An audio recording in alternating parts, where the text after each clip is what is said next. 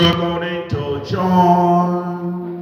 Glory be to you, Lord.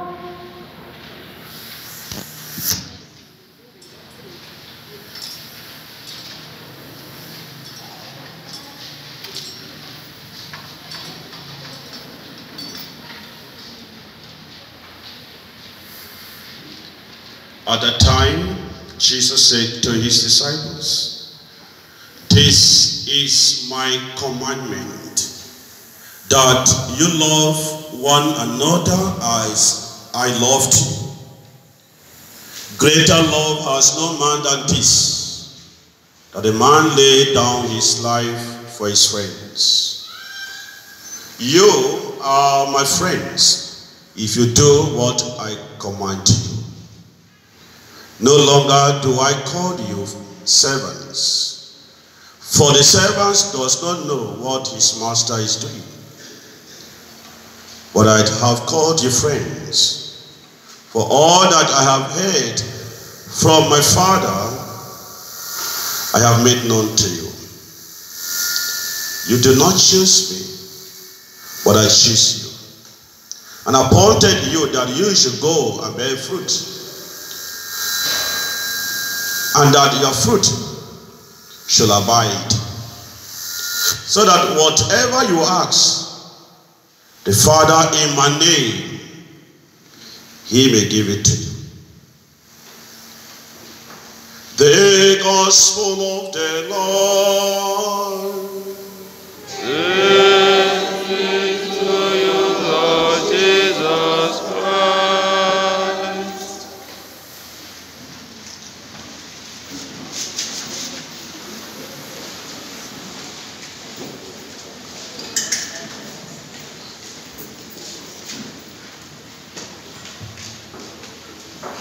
I welcome you once again to this quasi-parish, Holy Trinity quasi-parish, Beragidi. And today we are here as witnesses to what God is about to do in the lives of Martina and James.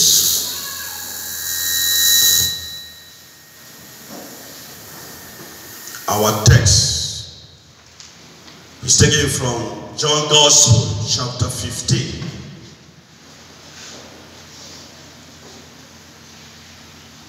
Verses 11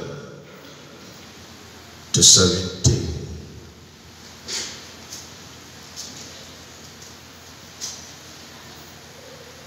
When you read verse 11, it says,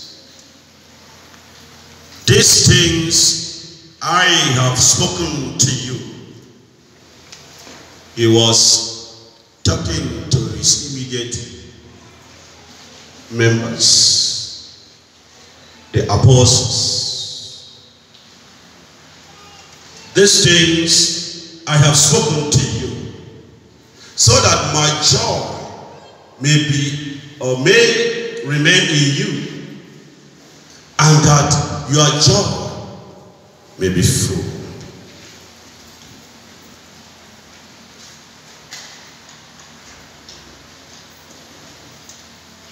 He was in the upper room.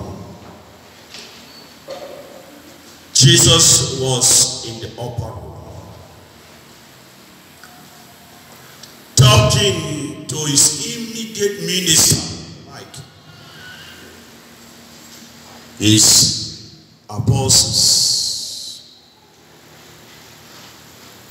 That is the immediate context of this text, background to this text. Today, by extended context, is talking to us.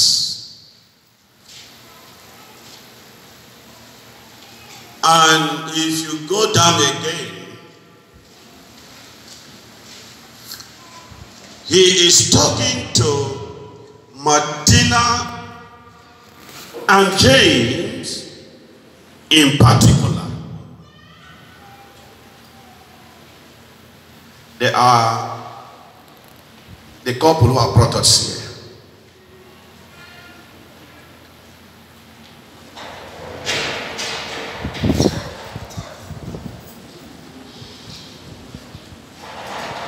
verse 1 of John Gospel chapter 15. He said, I am the vine, you are the branches. Cut off from me, and do nothing. In other words, the apostles must abide in him for them to be happy, for them to be joyous.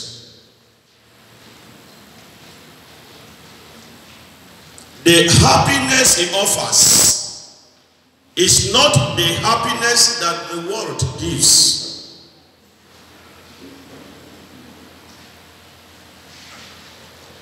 And until you abide in him, you will not experience this happiness he is talking about. Happiness does not consist in wealth. Hear me?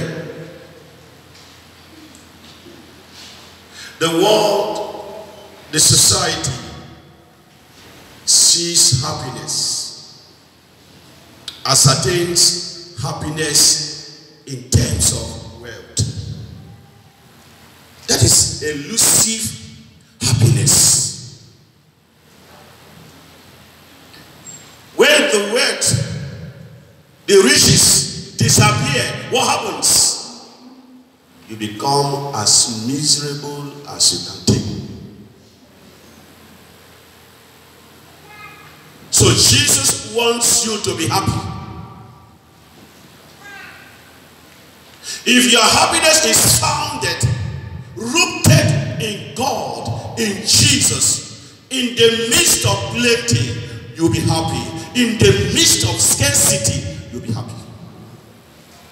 You will have contentment. Jesus said,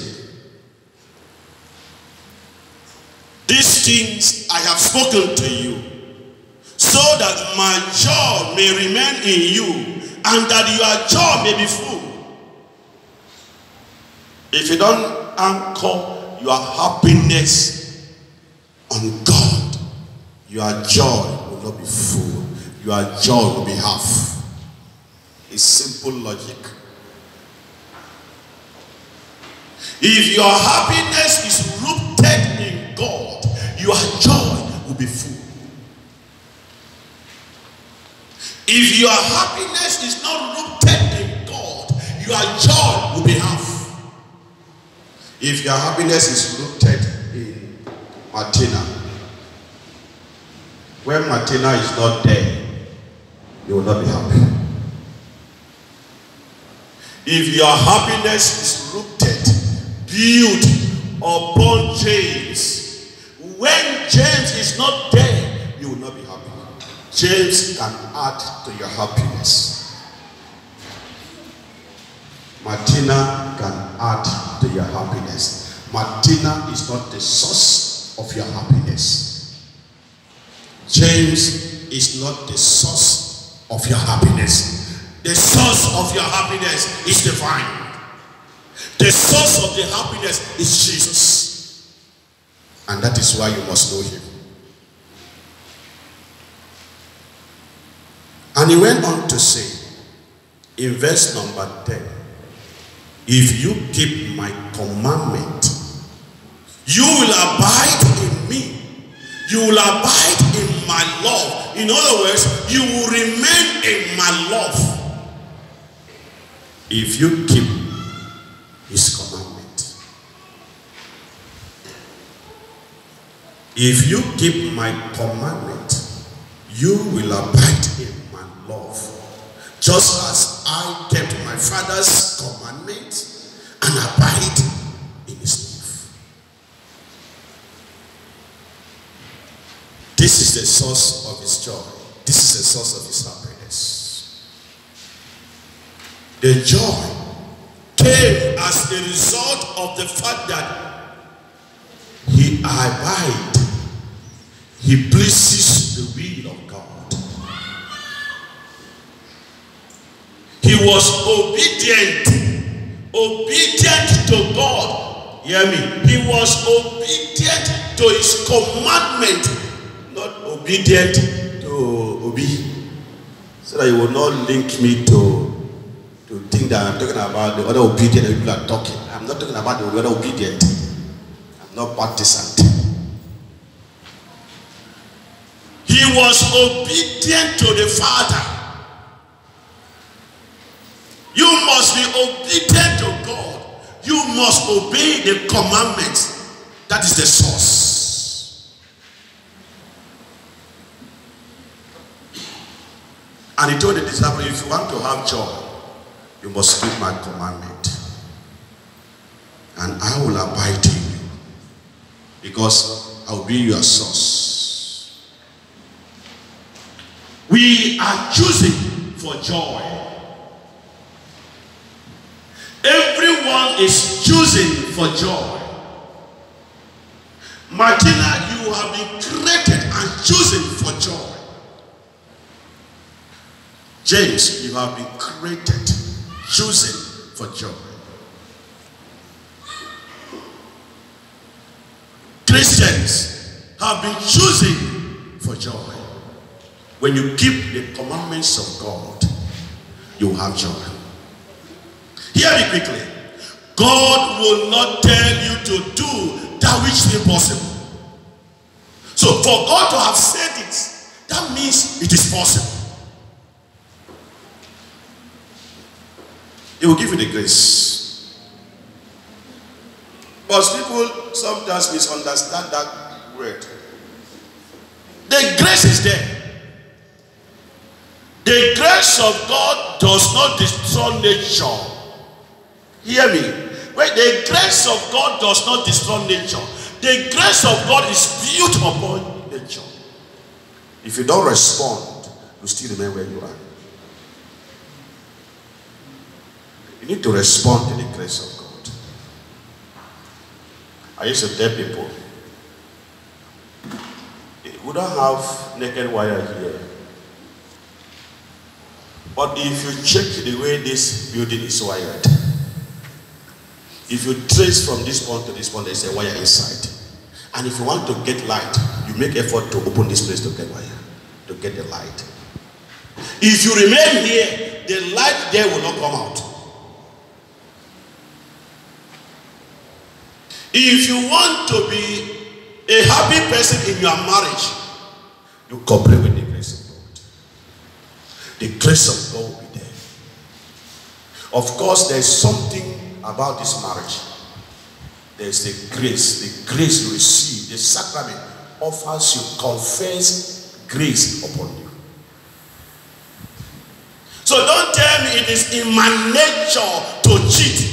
It is in my nature to be angry. It is in my nature to be, arrogant.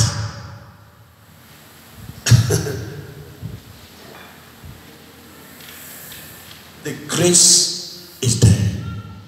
You can do it.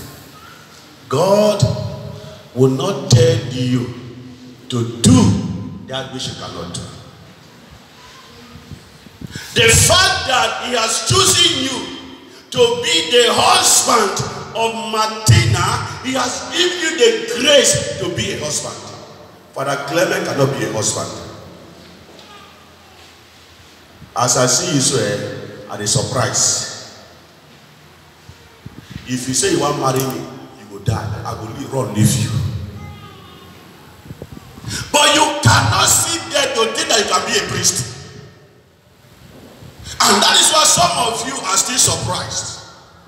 How this speaking will be father, and how this speaking will remain like this till eternity. He has given me the corresponding grace to be a priest. He has given you the corresponding grace to be a married person. So you have sufficient grace. He told Paul, my grace is sufficient unto you, and that my power is made manifest in your weakness. He knows that you are weak. Cooperate with the grace of God. You will see, you will do things that, unimaginable things in your life, in your marriage. So, he wants you to be happy. He wants you to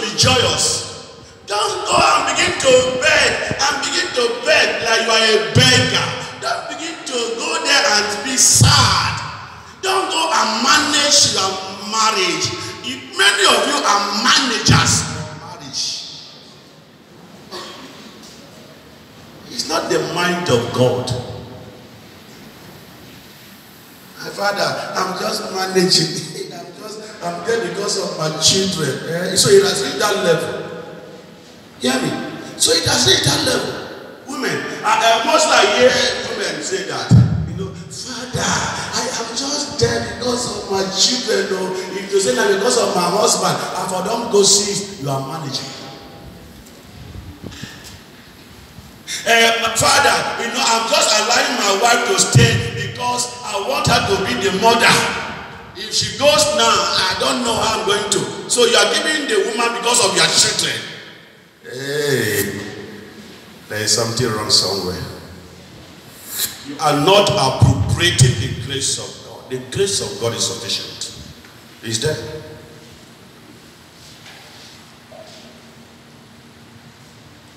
There is always joy in doing the right thing.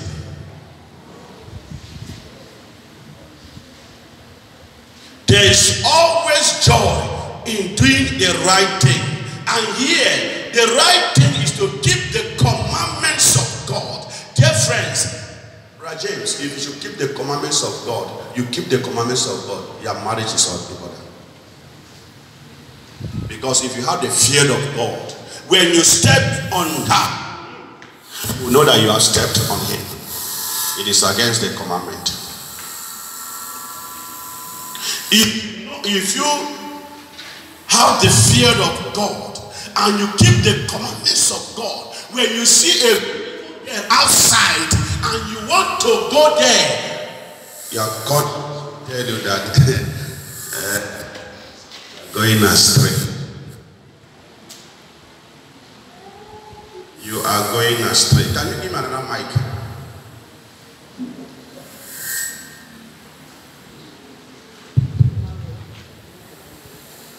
When you want to raise your hand, when you want to beat her, you want to change her into a punching bag in the house. When you have the fear of God, you will know that she is not an object. She is a subject. She's a woman being created in the image and likeness of God, just like you. No, the problem we have is this. Hear me. The day you start beating her, you have reduced her from subject, a human being, to an object. And then you can use anything on her. You can raise her hand, you can slap her, you can any available object, you can use it on her. Because she's no longer by your standard, she's no longer a human being. And that is why you see men beating their wives, hitting their wives, kicking them even when they are pregnant. You can starve them, there is no food, you are not bothered whether she eats or not. Nothing. In as much as you are concerned, she's no longer a human being. You're just there. And you not take joy, solace in someone's house or someone else's house. So that is the source. If you keep the commandments of God, the day you want to cheat on her, your conscience will speak to you. The day you want to cheat on him, your conscience will speak to you. The day you don't cook for your husband, your conscience will speak to you. God will tell you that what you are doing is evil. That is a summary. By the time you see how you fix those nails, I am not against them. But let me not hear that. After now, James will call them and say, Father, even to cook set a trouble. Because some of you, this thing you are fixing, this thing you are fixing, so it don't cause you trouble. To cook the trouble. Now your house have the cook. House have don't even know how to cook. Now your house have the cook for your husband. And tomorrow when your husband goes to another food that is cooked by a woman, no house help. You can conclude. I am not there. You can conclude. The day you cross your leg, you don't want to cook. You want your husband to do everything for you because you don't want your color to change. You don't want wrinkles on. I'm not saying you should have wrinkles. But when the time comes, you will have. We can't change nature. So, James, keep the commandments. Martina, keep the commandments. The grace of God will be there. So this is keep my commandment. And the commandment here, the summary of it, is to love God and love your neighbor the way he loved, not the way you love. Here, this one in John chapter 15, the commandment here is a command. You are the one that picked this reading. I'm not the one. I'm doing the application. We give you the privilege to pick your readings according to your situation, right? The Matthew chapter 15, the love in Matthew chapter 15 is a command. So God is commanding you to love James the way he loved, not the way you want to love, the way God loves. And he loves unconditionally. In good times, in bad times. Whether James tomorrow is incapacitated, you will still love James. Whether tomorrow something happens to her, you will still love Martina. Love is the gateway to other things. The gateway to children. The gateway to procreation and education of children. Love is the center. If you love her, if anything happens in your marriage, love controls you. If you don't love her, if tomorrow she tells you that pregnancy is not coming full, like your mother-in-law and others will be expecting, Martina, what is happening now? You are not seeing something coming up. Hey, Martina, what is happening? And you say, you will go. There's no love. There's no love. I will tell you the hymn of love. 1 Corinthians chapter 13, verse number 4. Down to it. You see the hymn of love. And you pick that. You pick that. In your second reading, so you pick that love. In good times, in bad times, you love. Very soon you are going to say it here. Whether James is incapacitated, money is no longer coming out, you still love James for better, for worse. Tomorrow, if anything happens to her, you stand by her. Don't tell me there is this mentality men have. Don't tell me I can substitute her. You will now remember that your old-time friend, that your friend, I mean, after some months or years, nothing is happening, or she has not met your expectations. You now begin to flash back. You begin to think that your old friend that is Nukele. And you begin to look for the number of that your old friend. You begin to look for that man where they tell you, say, I want to marry you. I want to marry you. Because for you, the expectations are not met. What? And of course, let me tell you something. You are going to miss surprises. Hear me. Look at the time. You are going to miss surprises. You know, there are certain things about Martina that you have not known. James. There are certain things about Martina that you have not known. There are certain things about James that you have not discovered. Now that you are entering the house, the true picture, the true masquerade, the masquerade will unmask itself. Now there the journey begins. But I pray God will give you the grace. Love is, Christianity is based on love. Human relationships that are true and enduring find their bond in the action of love. When you see your sponsor, now you go pick them. I don't know how old they are in that marriage. What has kept them there is love. Whether begin day or begin not day, is love. If you see people who have celebrated 50 or 20 or 25 years or silver jubilee or maybe silver this and that of marriage anniversary and not change is off. And if they should tell you their stories, some of them have passed through fire, water, and the like, but love has kept them together. Love unconditionally. Jesus said, and he demonstrated that. He was not just preaching, he lived it out. He said, no man can show greater love than to lay down his life for his friends.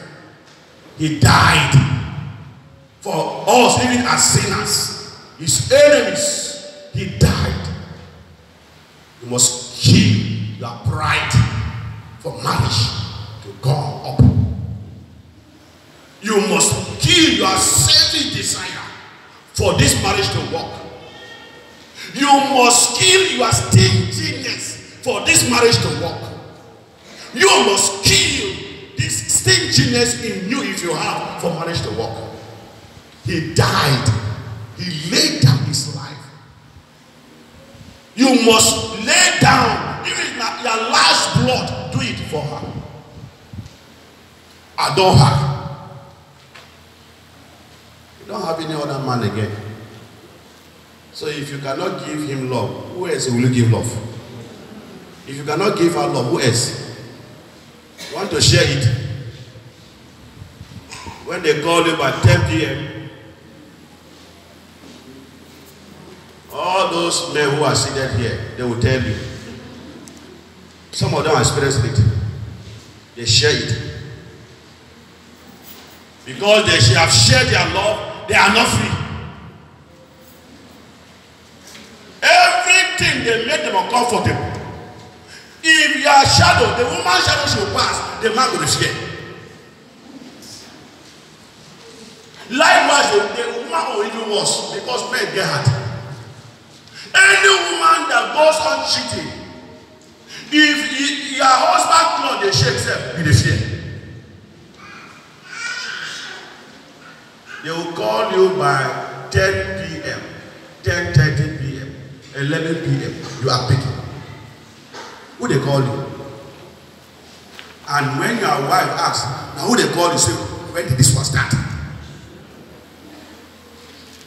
So you can afford to go and sleep with any woman and then carry the blood of that woman to come and put in my own body.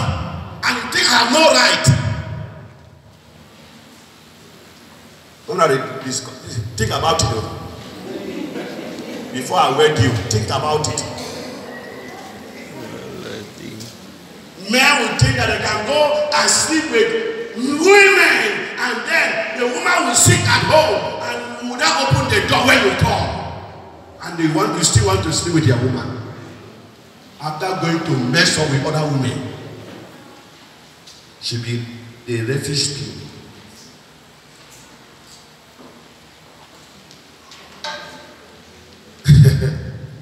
There is God. I'm not just saying to women or men, women do it. Their own year, they will do and sit as if they have not gone out.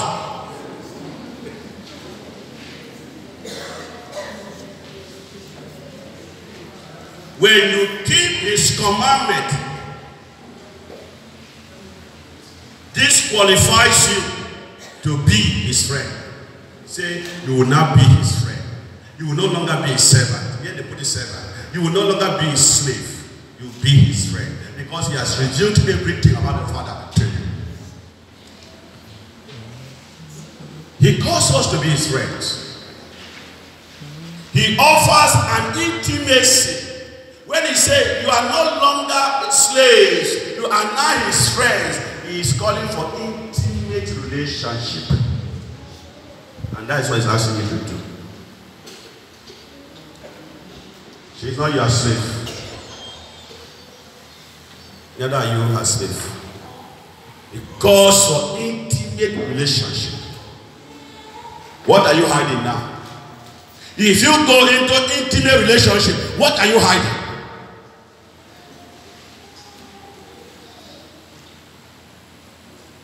Martina, you be woman. Why women they hide? The salary, they hide. Everything they hide. And I ask you, let me ask you again, perhaps you give me an answer. If you are so intimate and you are so close, you have seen each other nakedness, what is that making you to hide? How much is your salary? I don't know. Why will your wife not know the amount of money you receive at the end of the month? What are you hiding? Why are you hiding? Your salary, your husband does not know. Your salary, your wife does not know. But somebody else, somebody out there knows. For those who share their love, let me tell you, don't go. Don't join them. If your salary is 10,000 naira, you will use 5,000 naira for that woman outside and add a beg.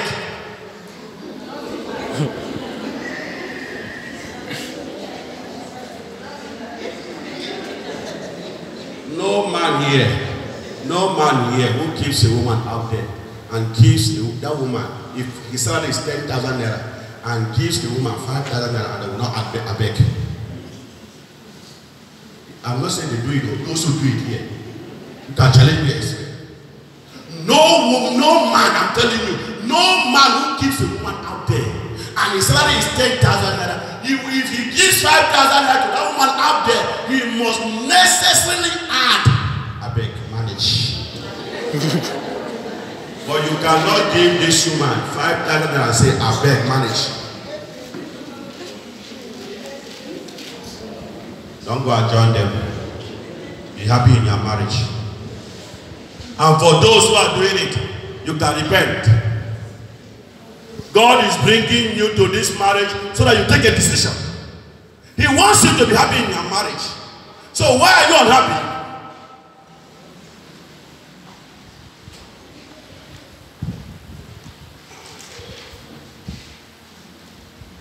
He calls us to be partners. When he says, you are no longer slaves, you are friends. He wants intimate relationship. He wants us to be partner or partners. And that is what we should be. You are not partners. Not partners in evil. Husband and wife are not partners. You are not strangers.